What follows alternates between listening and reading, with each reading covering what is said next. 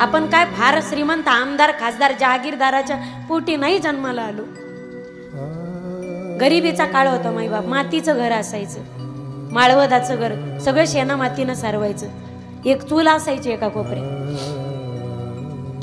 5 लिटरची कॅन तेलाची कधीच नव्हती रे डोळ्याच्या समोर. 1 लिटरची बाटली सदैव डोळ्यासमोर असायची, 1 लिटरची. आणि त्या म्हातारीने आपल्या आईने ती कढई ठेवावी चुलीवरती, असं बोट लावावं आणि तेलाची धार ओतावी. राग यायचा कधी कधी, बरोबर आहे ना. टाकती तरी कशाला, त्या टोपल्याला त्या कढईला सांग फक्त टाकलं रे तेल. तेव्हा आईचं वाक्य असायचं, काय धार आहे का पैशाची. पैशाची धार नव्हती मायबा, म्हणून धारीनं तेल होतं गड्या. आज ना एवढा पैसा आडमाप झाला आमच्याकडे. आज भरपूर आहे आमच्याकडे. त्यावेळी शेंगदाणी सुद्धा नव्हती रे भाजीला घालायला.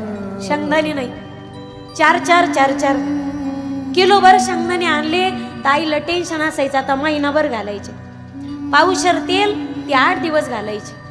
केला गड्या संसार तुम्ही, मानलं तुम्हाला. तुमच्यासारखा संसार आम्हाला कधी